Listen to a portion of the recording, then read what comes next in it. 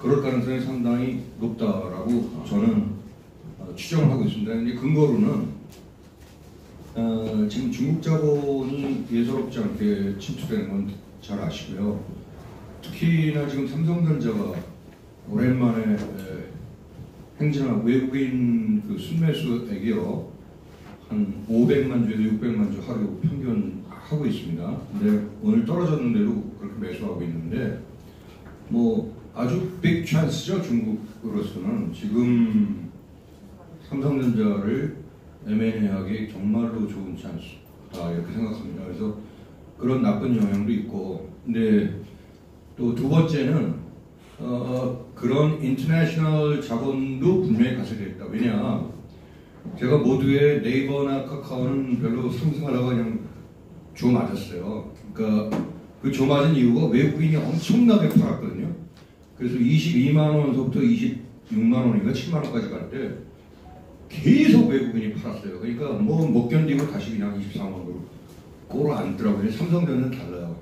삼성전자는 6만 원 초반서부터 엄청나게 사기 시작해서 사고, 그다음 두산에너지티나 하나 에어로스페이스 같은 게 저점에서 5배 정도 올랐거든요. 아까 미국 주식은 50배 올랐다고 그랬잖아요. 우리나라는 5배 올랐는데 꾸준하게 외국인이 삽니다. 근데 그거는 제가 추정하고 있기로는 미국계 펀드가 아닌가 이렇게 이 정도로 답변을 드릴게요. 그래서 확실한 건 모르겠습니다. 다른 분 중에 대답해 주실 수 있습니다. 저기 저 질문. 자, 질문 좀.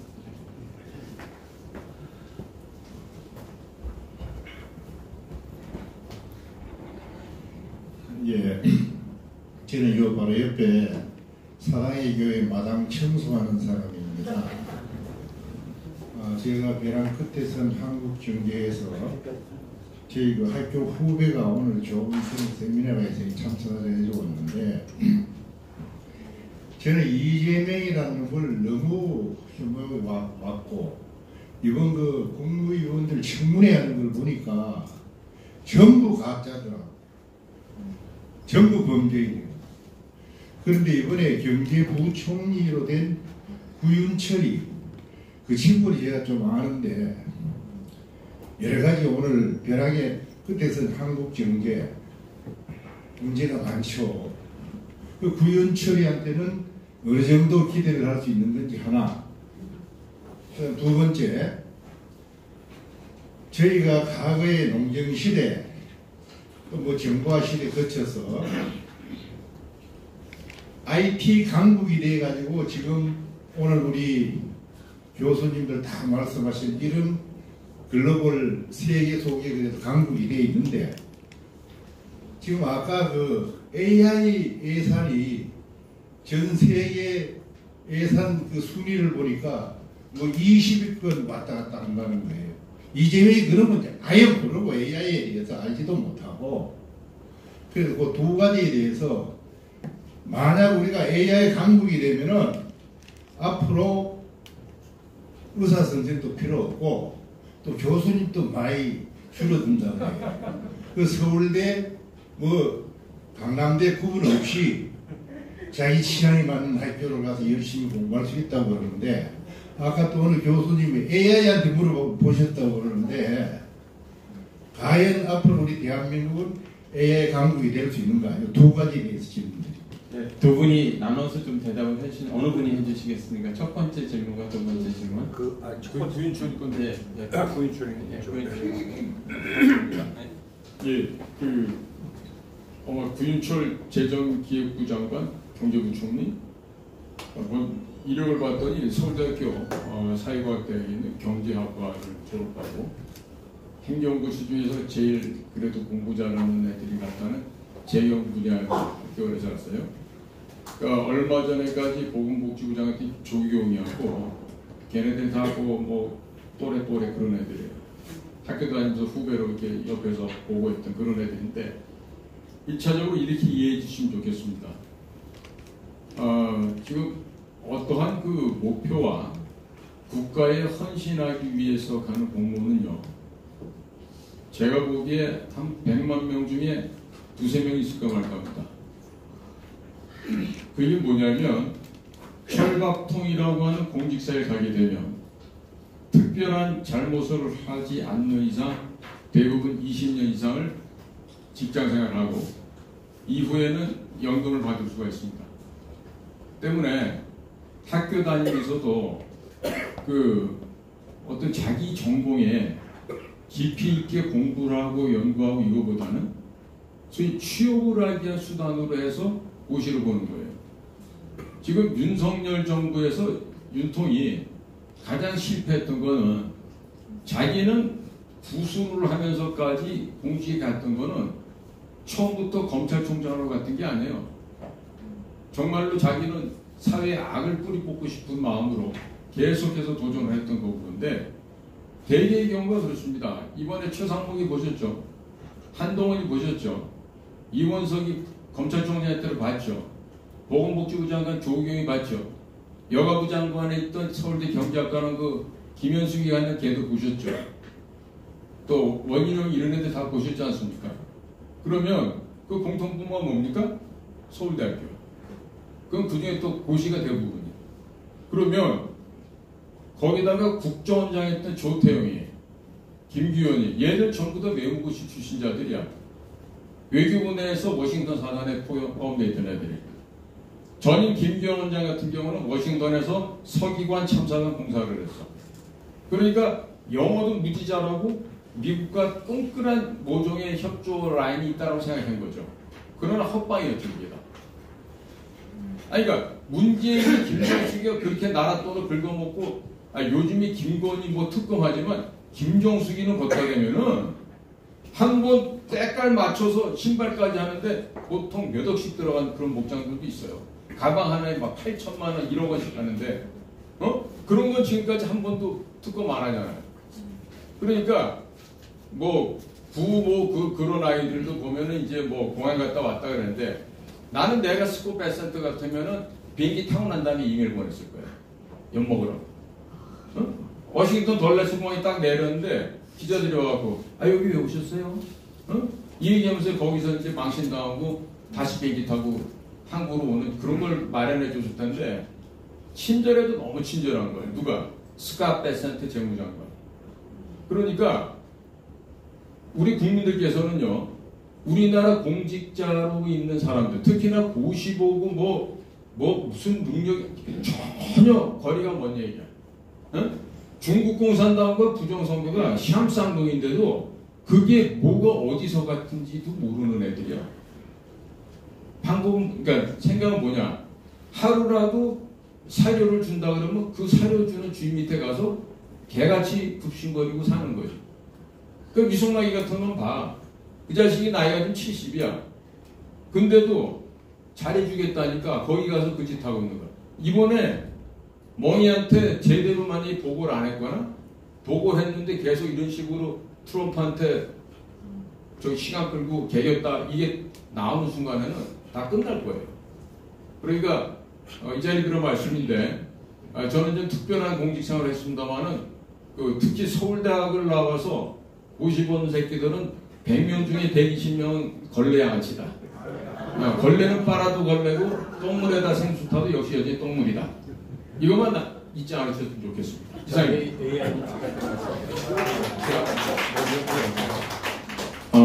저는 뭐 별지하고 토론하지 않았는데 AI에 관련돼서는 제 전공 입장에서 설명을 드리겠습니다. 이 부분에는 국제학회를 여러 번 하고 국내에서도 학회를 하고 이 부분에 대해서 생각을 한 사람들이 많은데요.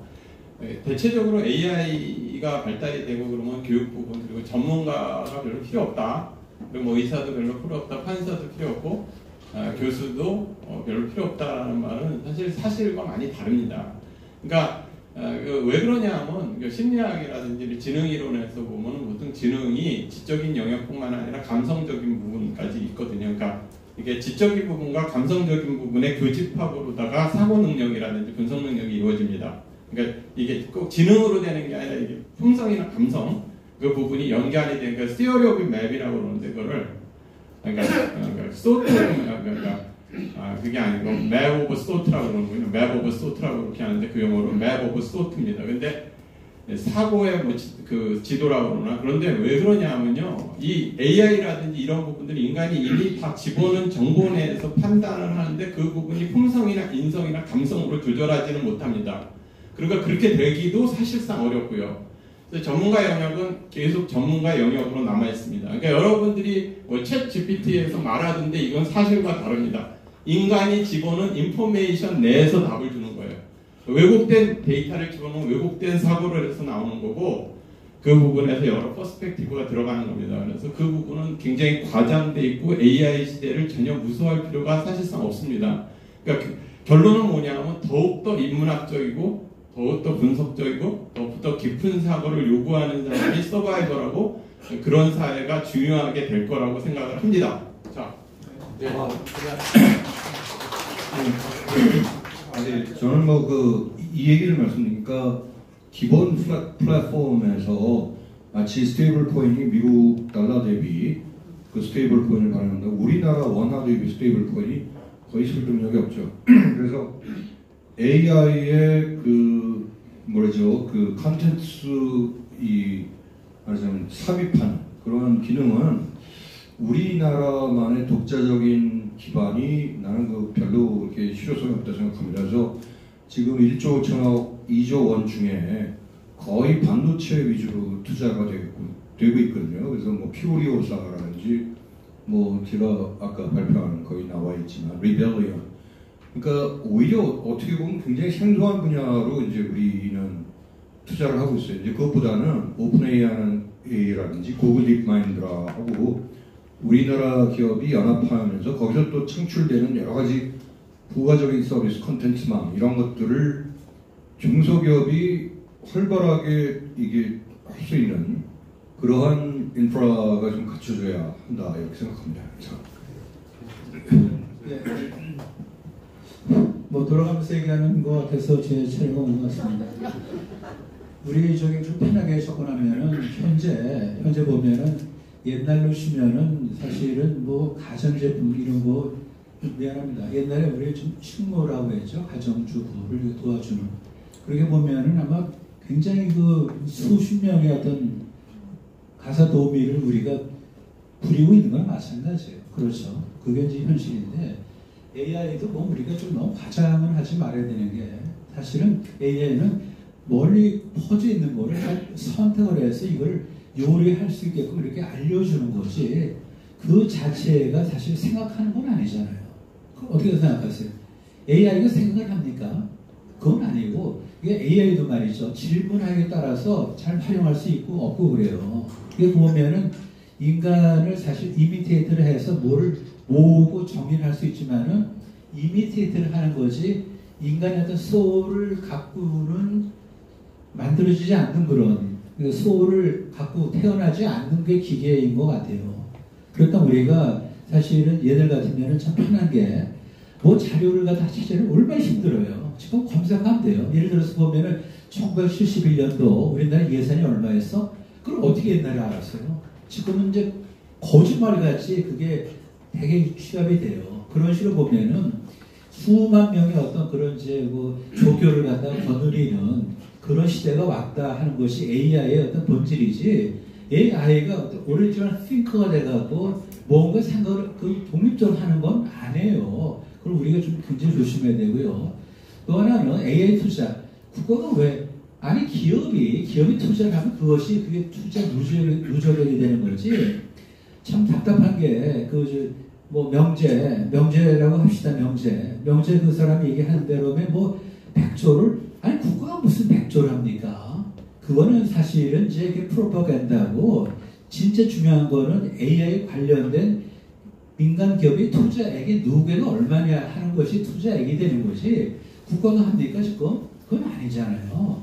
그래서 보면 우리가 마치 국가가 뭐 100조를 갖다 조달해서 이걸 갖다 한다.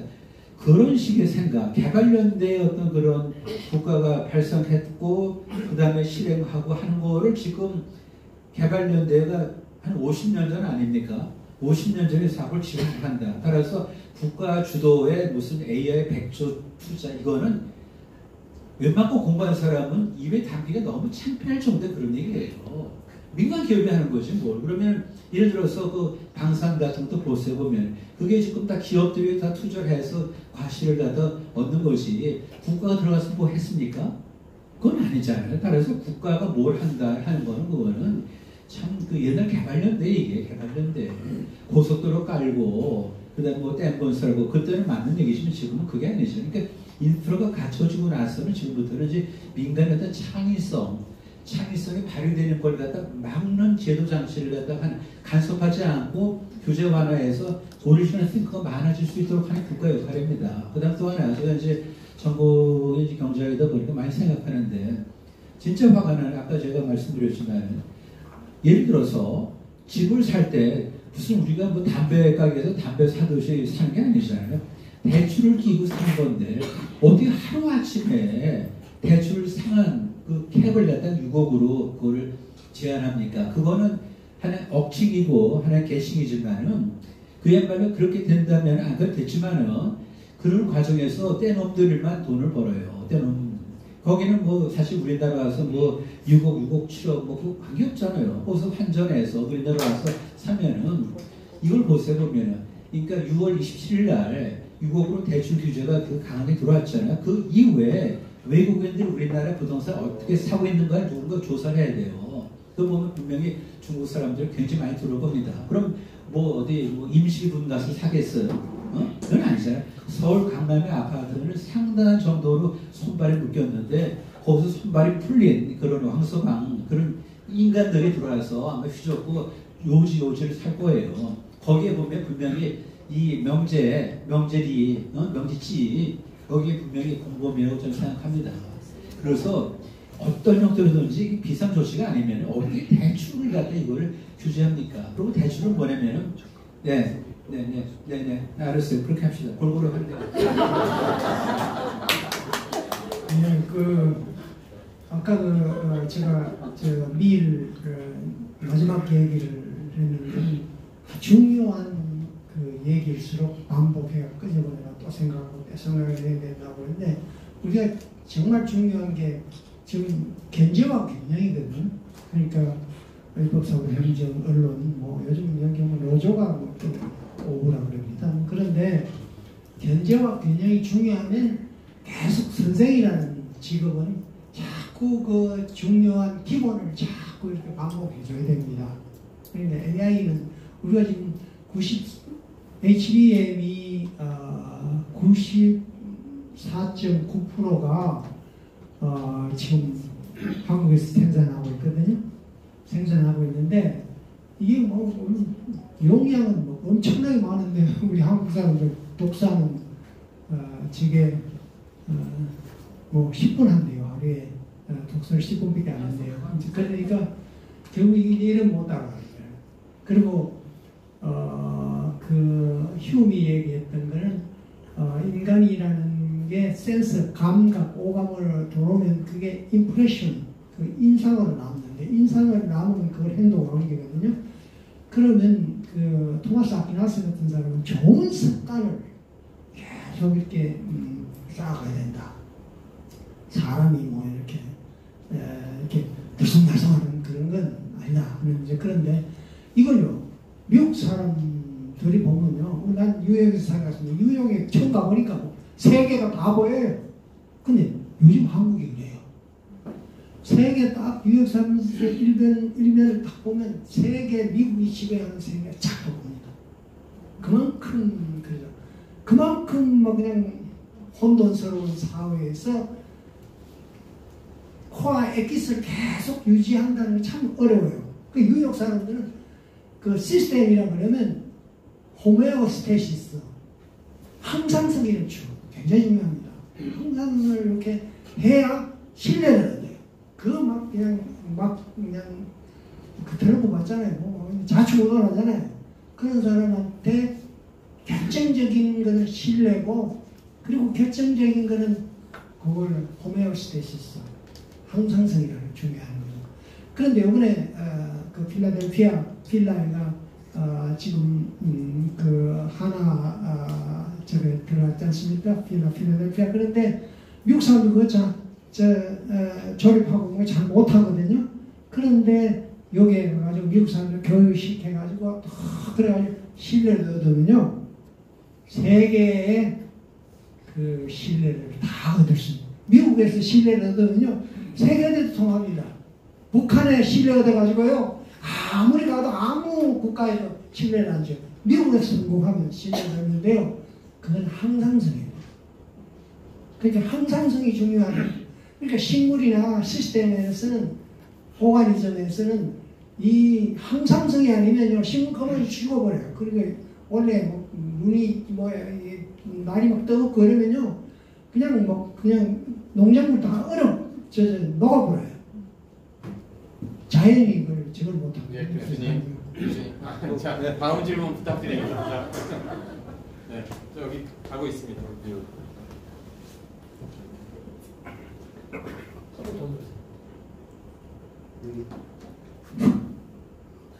저는 오늘 행복합니다. 좋아하는 석학들이 다 모셔가지고 여러분들 이렇게 한 자리에 모여 있어서 정말 행복합니다. 여러분도 그렇게 느끼시죠? 네. 제 질문은 금년주에 이재명이 내려올 겁니까? 안 내려올 겁니까? 최원장님이 누가 말씀하셨습니까? 아니 그거는요. 저는 독립변수가 아니라 종속변수라고 생각해요. 무슨 말이냐면은 이게 뭐 우리가 좀 의타적으로 미국 트럼프 정책 아까 대학원장님도 아까 원장님이 얘기했지만 제일 중요한 거는 우리 자신의 각성하고 우리 자신이 얼마나 필요로 하나 그리고 제가 맨 첫 번째 아모럴리티를 극복하고 우리가 얼마나 이재명이를 간절히 내려오기를 바라고 그 운동이 정말 180만 명 아니라 250만 명, 300만 명 될 정도로 강렬하느냐. 그렇지 않으면 우리 죽는다. 이런 어떤 절박함이 있어야지 가능하다고 생각하죠. 그러니까 그거는 우리 마음에 따른 정석 변수지 그거 하나로 이게 될 거다 안 될 거다 이거 말하기 좀 어려울 것 같습니다. 오늘 이런 열기가 뭐 가능하지 않겠어요? 그러면 오늘 트럼프가 썼던 표현을 한두 가지 좀 예로 들어볼게요. 지금 give to the United States $350 billion 이런 표현이 있어요. 지금 미국에다가 분명히 얘기로는 투자하는 돈 3,500억 달러입니다. 일본의 경제 규모나 일본이 해외 투자를 해서 벌어들이는 이자돈 이런 규모로 본다면 금융면에서 본다면 한국은 일본의 6분의 1 정도밖에 안 됩니다. 이유랑 비교해보면 그건 18분의 1 내지 20분의 1밖에 안 됩니다.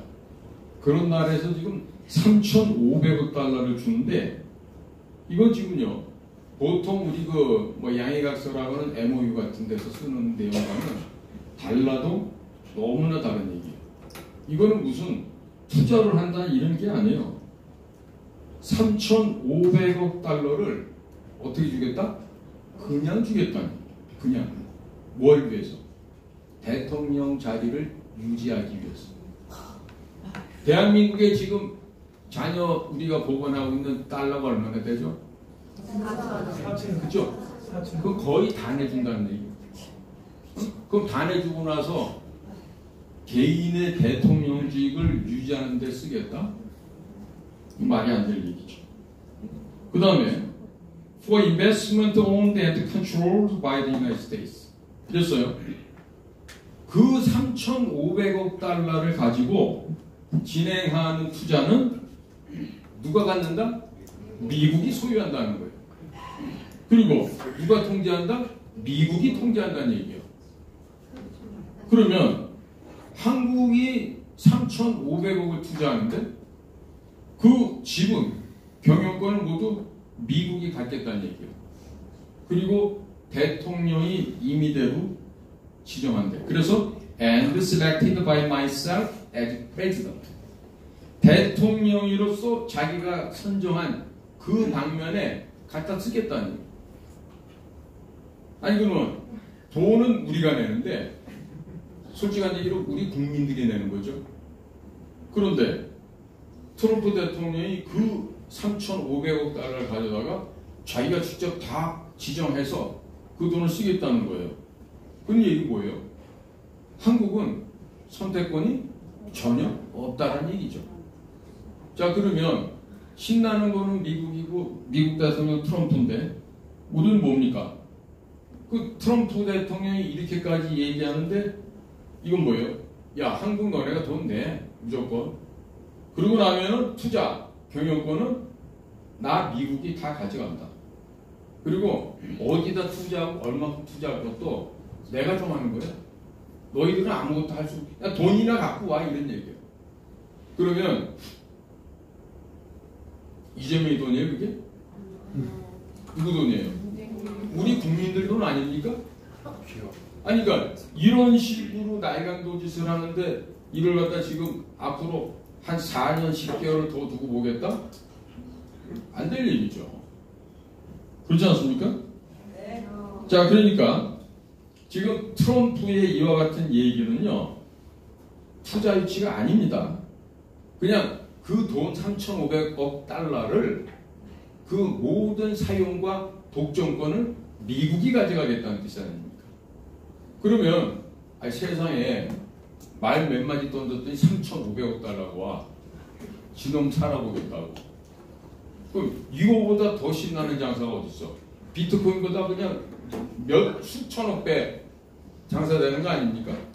자, 그러면 이제 3,500억 달러면은 한국 돈으로 대략 한 500조 원 되는데 대한민국 1년 예산이 얼마예요? 한 650조 원 정도 되죠. 그러면 우리나라 1년 예산과 맞먹는 돈을 그냥 가서 아무 값 없이 그냥 갖다 바치고 오는 거예요. 근데 어디다 대고 지가 놈이 자랑질을 하고 떠들고 얘기합니까? 내가 시켜서 잘 됐다고 떠들고 있잖아요. 이번에도 보세요. 이거 뭐 관세 협상이 뭔지 지나고 나면은 몇 놈 죽어나갈 거예요. 결국에 모든 책임 누가 진다? 아래 것들이 진다요. 절대로 내가 팀 리더지만 절대로 자기가 책임 안 집니다. 자, 그러니까 지금 우리 백 교수님도 말씀하셨는데 언제 죽느냐고요? 그야 하나님한테 물어보세요. 네? 그런데 이어서 그 분명한 거는 이어서 중국 그 해커 카드는 왜 안 쓰고 있습니까? 중국 무슨 카드요? 해커. 해커 카드요. 야, 지금 보면은 우리 백 교수님도 조선 사람 아니랄까봐 성질이 그렇게 급해요. 네? 지금요 미국이라는 나라는요 지금 땅도 넓지만 인구도 우리보다 많지 않습니까? 그리고 그 정책 결정하는 과정에 있어서 우리처럼 그 한두 놈이 양은 냄비에다가 물 끓이지 그래 안 합니다. 네? 치밀하게 따져보고 네? 지금 이번에 이렇게 지금 관세 협정이 됐다라고 지금 풍선 하나 띄워놓은 건요 8월 14일에 왔을 때 진짜 공개임은 따로 있어요. 국방비 얘기 이번에 있었습니까? 없었죠. 그럼 지금도 기자님들은 맨날 뭐라고 떠들죠? 방위비 분담이라고 떠들죠. 그 방위비 분담 아니라니까. 주한미군 주둔에 따라 주둔 비용이에요. 그 주둔 비용을 100억 달러 내라 그러면 무슨 수로 내요? 그런데 제 방송 보시면 알겠지만 그래? 받고 더블로 갈게. 200억 불 어때? 200억 달러 어때? 왜? 나라를 살리는 일이 되니까. 전체 주둔 비용이 1년에 35억 달러, 대략 한 5조 원 들어옵니다. 그것도 1991년 소비에트가 망해서 쪼개지기 전까지는 100% 미군이 다 냈어요. 그 91년 이후부터 조금씩 해서 분담하다가 절반 정도까지 왔는데 문재인이가 그것도 못 내겠다고 되들었죠. 그런데 트럼프가 작년 시카고에서 선거 유세할 때 이 100억 달러 얘기를 했고 한국은 머니머신이라고 그랬어요. 그 앞전에 깔린 얘기를 듣고서 얘기를 해야 된다니까. 그때도 뭐라 그러냐면 나토는 잘 살면서도 국방비를 안 내. 그러니까 니네도 돈 더 내. 왜 니네 나라 지키는 우리 미국이 다 내야 되냐. 이 얘기를 하면서 한국은 정말 모범적인 국가인데 살기도 잘 사니까 100억 달러 정도는 쉽게 낸다는 얘기. 그러면 전체 주둔비용 35억 달러 내고 나도 65억 달러 남죠. 그럼 그 65억 달러 갖고 뭐 할 거예요? 생색을 내고 미국한테 줘야 될 거 아니에요. 야, 요코스강 지금 불안해. 니네 칠함대 거기 있지 말고 제주도 남서쪽에다가 옛날에 외정시대 때